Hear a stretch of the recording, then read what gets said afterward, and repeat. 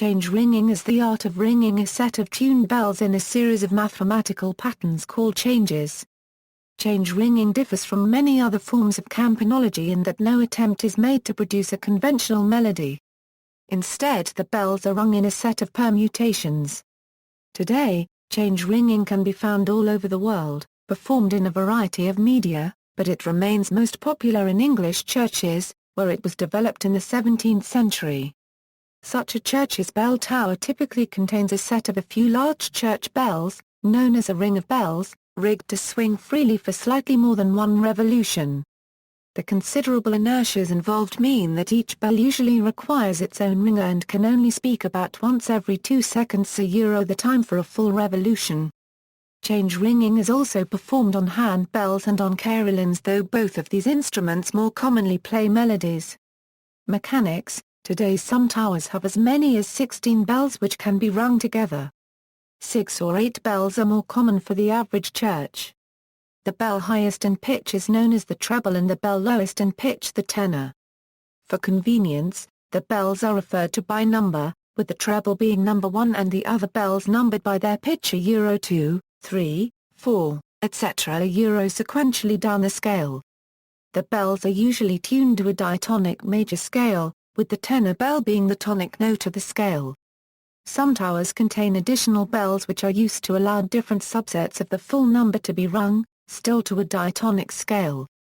For instance, many 12-bell towers have a flat 6, which if rung instead of a normal number 6 bell allows 2 to 9 to be rung as light diatonic octave. Other variations are also possible. The bells in a tower reside in a bell chamber or belfry, usually with louvered windows to enable the sound to escape. The bells are mounted within a bell frame of steel or wood. Each bell is suspended from a headstock fitted on trunnions mounted to the belfry framework so that the bell assembly may rotate.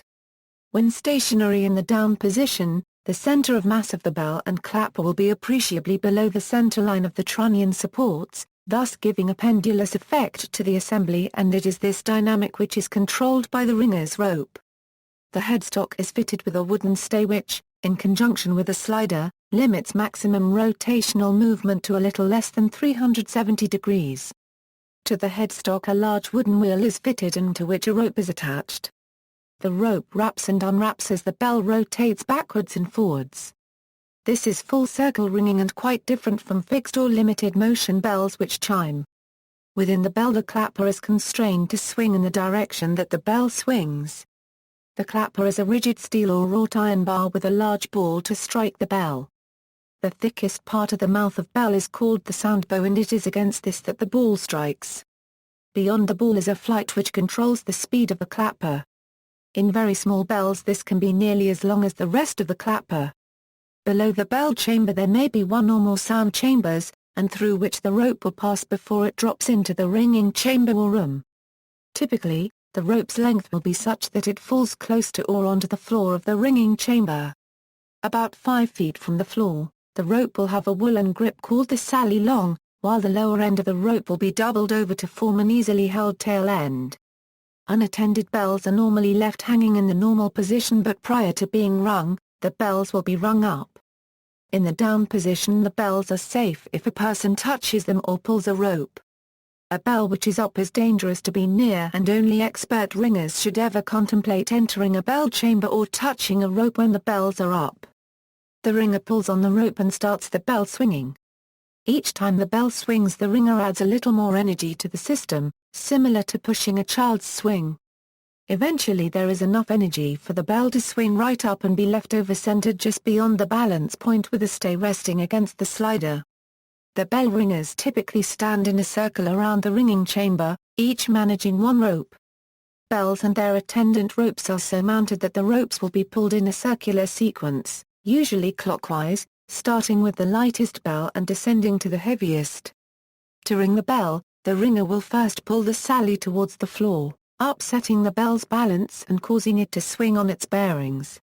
As the bell swings downwards the rope unwinds from the wheel and the ringer adds enough pull to counteract friction and air resistance. The bell winds the rope back onto the other side of the wheel as it rises, and the ringer can slow the rise of the bell if required. the rope is attached to one side of the wheel so that a different amount of rope is wound on and off as it swings to and fro.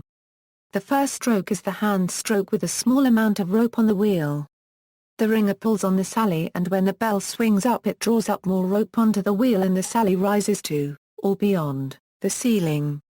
The ringer keeps hold of the tail end of the rope to control the bell.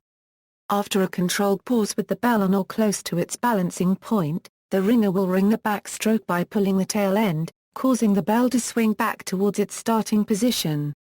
As the sally rises, the ringer will catch it to pause the bell at its balance position. In English-style ringing, the bell is rung up such that the clapper is resting on the lower edge of the bell when the bell is on the stay.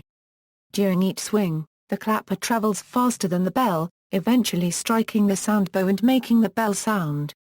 The bell speaks roughly when horizontal as it rises, thus projecting the sound outwards.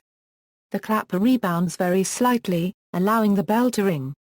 At the balance point, the clapper will pass over the top and rest against the sound bow. In change ringing, where the order in which the bells strike is constantly being altered, it is necessary to time the swing so that this strike occurs with precise positioning within the overall pattern. Precision of striking is important at all times. To ring quickly, the bell must not complete the full 360 degrees before swinging back in the opposite direction. While ringing slowly, the ringer waits with the bell held at the balance, before allowing it to swing back.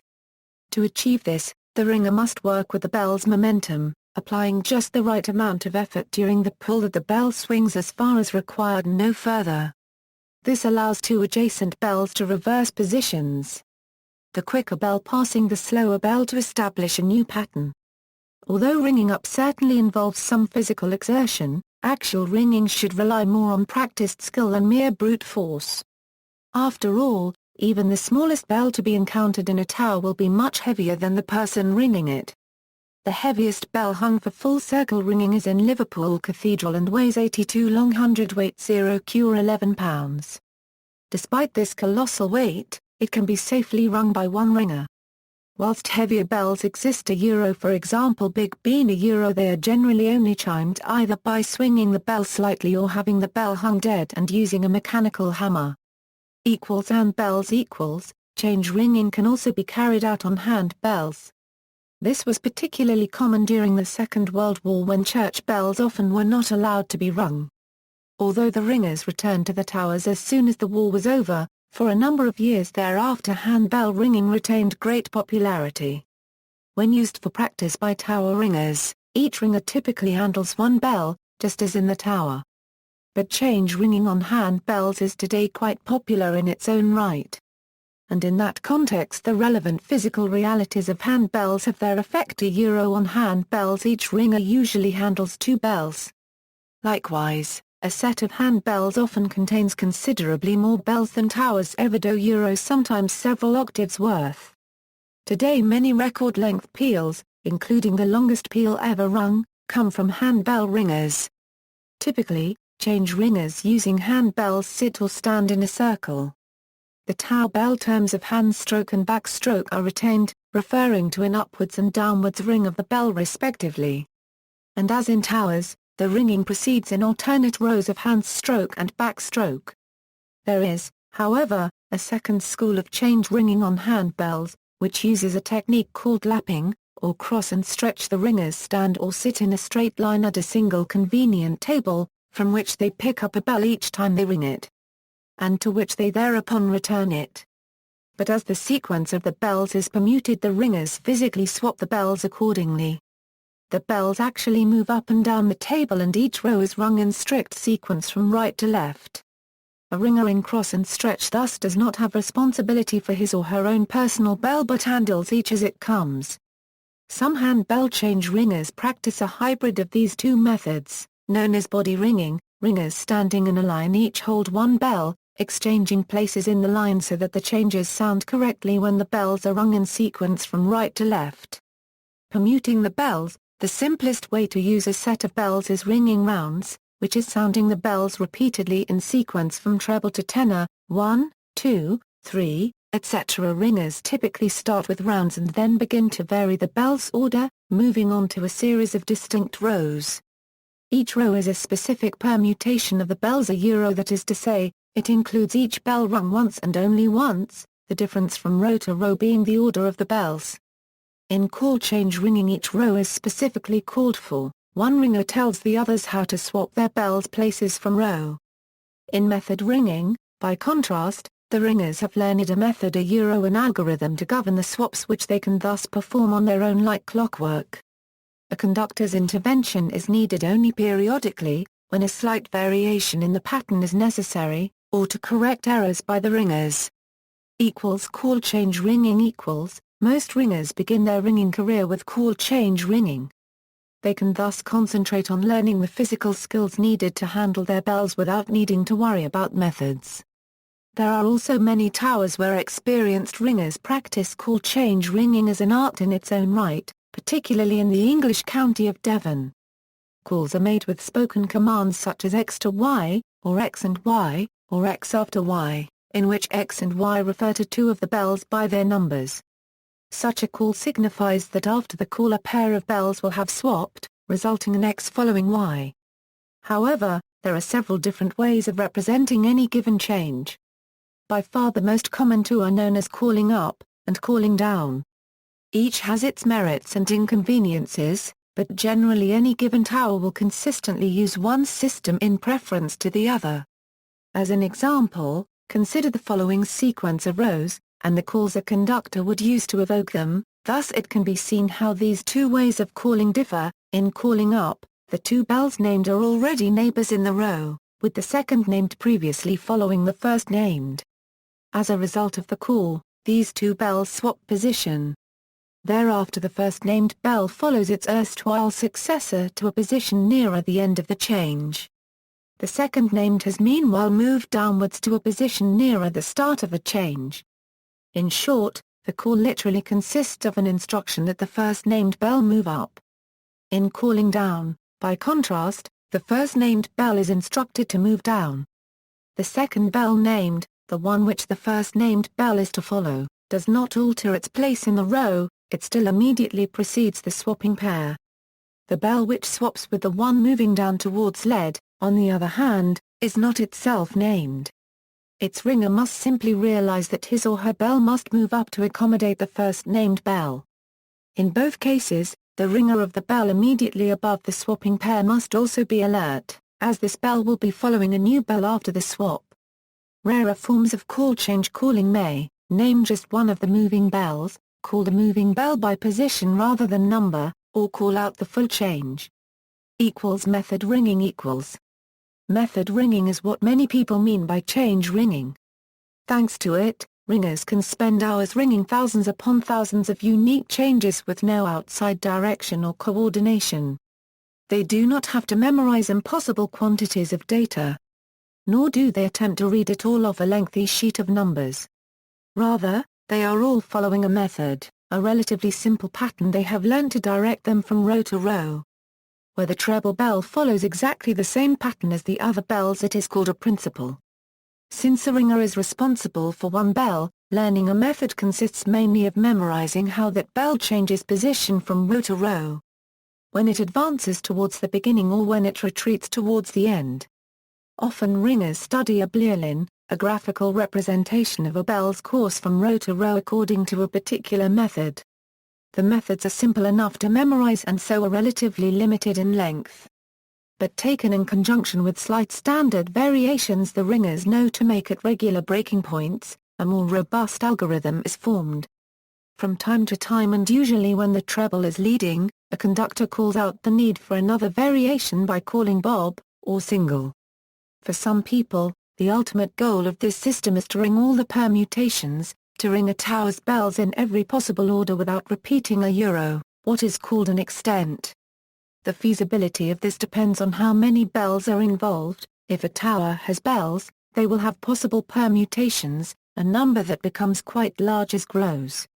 For example, while 6 bells have 720 permutations, 8 bells have 40,320. Furthermore, 10 equals 3,628,800, and 12 equals 479,001,600. Estimating 2 seconds for each change, we find that while an extent on 6 bells can be accomplished in half an hour, a full peal on 8 bells should take nearly 22.5 hours. An extent on 12 bells would take over 30 years. Since extents are obviously not always practicable, ringers more often undertake shorter performances. Such ringing starts and ends with rounds, having meanwhile visited only a subset of the available permutations. But truth is still considered essential. No row can ever be repeated. To do so would make the ringing false. A peal is an extended performance. It must last at least 5,000 changes on 8 or more bells and at least 50-40 on 7 or fewer bells. A performance of 1250 or 1260 changes likewise makes a quarter peal. A peal or a quarter tends to last about 3 hours or 45 minutes, respectively. Half muffling for commemorative services such as funerals, memorial services and Remembrance Sunday, the bells are rung half muffled. To ring half muffled, a thick leather pad called a muffle is strapped to one side of each bell's clapper. This deadens the sound of alternate strokes of the bells, the muffled strokes sounding similar to an echo of the unmuffled stroke. In some areas the tenor bell is left unmuffled to heighten the contrast. Very rarely, normally only for the death of a sovereign, are the bells rung fully muffled. One notable exception to this tradition was when Nurse Edith Cavill's remains were repatriated after the First World War. As the ship bearing the coffin arrived in Dover, a full peal of Grandsire triples was rung on the bells of the parish church. The peal record shows rung with the bells deeply muffled with the exception of the tenor, which was open at backstroke, in token of respect to Nurse Cavill, whose body arrived at Dover during the ringing and rested in the town till the following morning. The ringers of 1-2-3-4-5 to 6 are ex-soldiers, F. Elliot having been 8 months prisoner of war in Germany. History in modern culture. Change ringing as we know it today emerged in England in the 17th century. To that era we can trace the origins of the earliest ringing societies, such as the Lincoln Cathedral Guild, which claims to date to 1612, or the ancient, Sikh Society of Ringers of St. Stephen in Bristol, which was founded in 1620 and lasted as a ringing society until the late 19th century. The recreation began to flourish in earnest in the Restoration era. An important milestone in the development of method ringing as a careful science was the 1668 publication by Richard Duckworth and Fabian Stedman of their book Campanology, which promised in its subtitle to lay down plain and easy rules for ringing all sorts of plain changes. Stedman followed this in 1677 with another famous early guide, Campanology. Throughout the years since, the group theoretical underpinnings of change ringing have been pursued by mathematicians. Bells have been installed in towers around the world and many rings in the British Isles have been augmented to 10, 12, 14, or even 16 bells. Today change ringing is, particularly in England, a popular and commonplace sound, often issuing from a church tower before or after a service or wedding.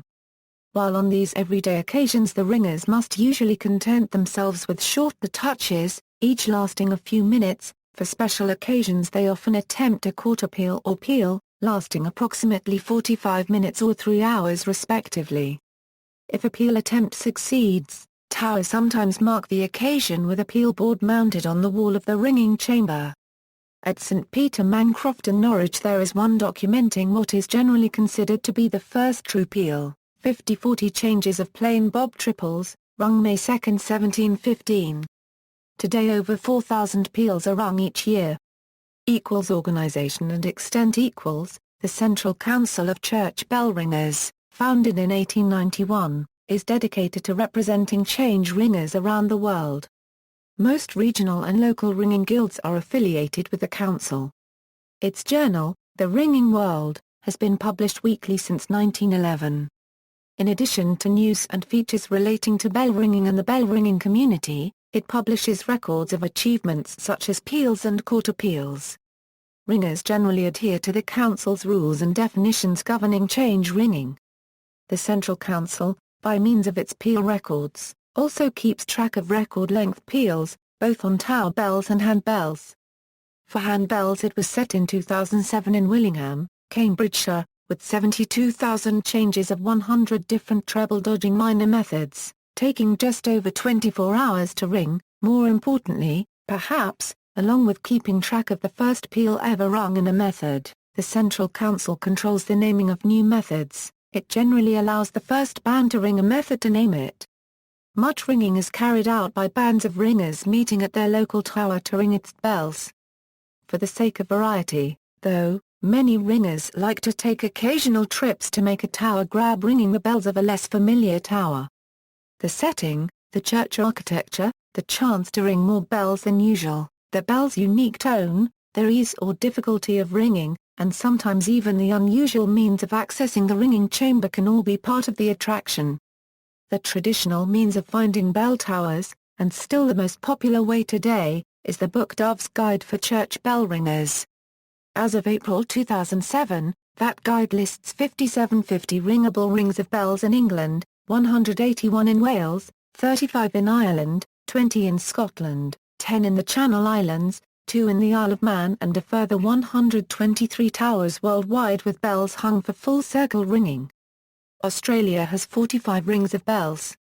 Others are located in the USA, Canada, New Zealand, South Africa, Italy, Kenya, India, Bangladesh, Pakistan and Spain.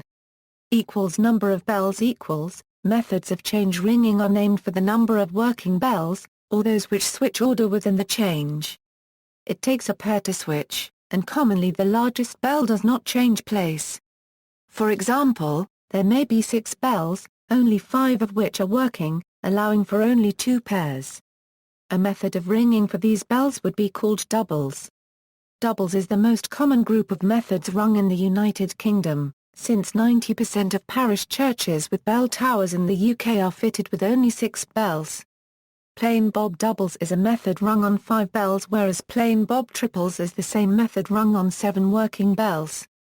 There are 2 separate ways are used to refer to the number of bells. One way is used for even numbers, the other for an odd number.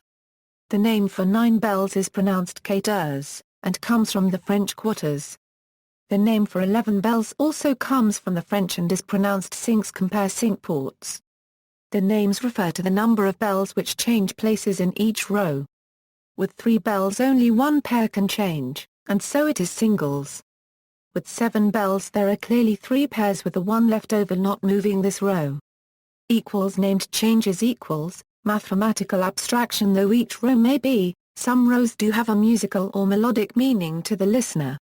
Over the years, a number of these have acquired names they are named changes. Both the conductors directing call change ringing and the composers coming up with plans for a bout of method ringing sometimes like to work their favorite named changes in. The table below lists some popular named changes on 8 bells. Many of these names are also applicable by extension on more or fewer bells. Such names are often humorous. For example, the sequence 14,235 on 5 bells is called Weasels because it is the tune of the refrain to the children's song Pop Goes the Weasel. Call changes are listed at MAW Call Change Collection. Striking equals, although neither call change nor method ringing produces conventional tunes, it is still the aim of the ringers to produce a pleasant sound.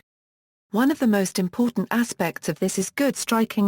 Not only should the bells never clash by sounding at the same moment, the bells should sound to a perfect rhythm, tapping out a steady beat. It is the custom to leave a pause of 1 beat after every alternate row, that is after the ringing of each backstroke unregistered trademark row. This is called open hand stroke ringing.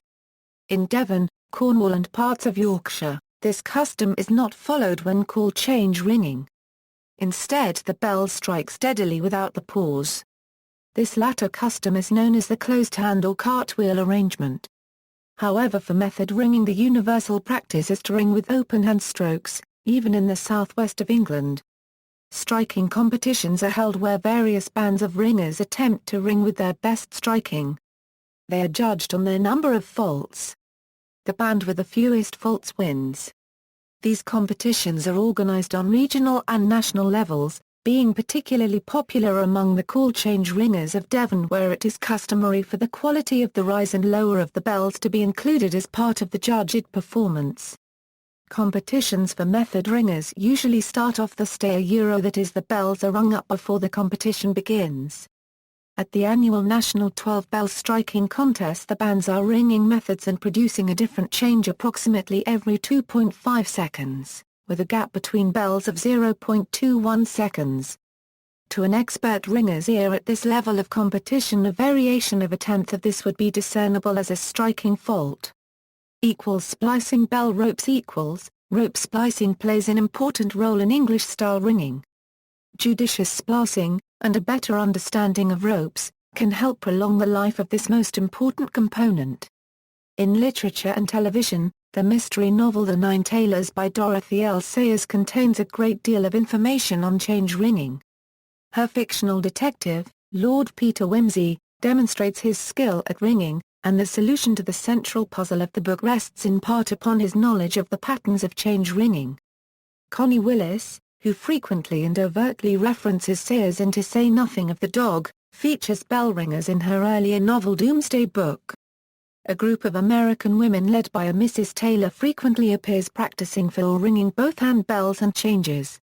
The British television series Midsummer Murders aired an episode in the 5th season on a series of murders within a bell-ringing team, in Ring Out Your Dead. In the science fiction novel Anathema by Neil Stevenson changes are rung in a cloistered monastery for mathematicians to signal different ceremonies. See also, the Australian and New Zealand Association of Bell Ringers, Braid Theory, Change Ringing Software, Doubles, Grandsire, Handbell, John Taylor and Company. The Nine Tailors, Steinhauser John Sauna Trotter Algorithm, Veronese Bell Ringing Art, Whitechapel Bell Foundry. Notes. References, Bells and Bell Ringing, a presentation prepared by the Publications Committee of the Central Council of Church Bell Ringers. External links, The Craft of Bell Ringing, a DVD documentary about change ringing, Discover Bell Ringing, Introduction for Non-Ringers, ringing.info. A wide-ranging and well-organized compendium of ringing links, St. Oswald's, Oswestry Ringing Society, the website for the bell ringers of the St. Oswald's Church Bell Ringers Association, the Central Council of Church Bell Ringers, Central Council decisions scroll down the page to see the Council's definition of appeal, Ringing World, the Council's weekly journal, Dove's Guide, a directory of towers worldwide with bells hung for change ringing, some recordings of change ringing. Campanology, or, The Art of Ringing at Project Gutenberg, Change Ringing Wiki, info for ringers.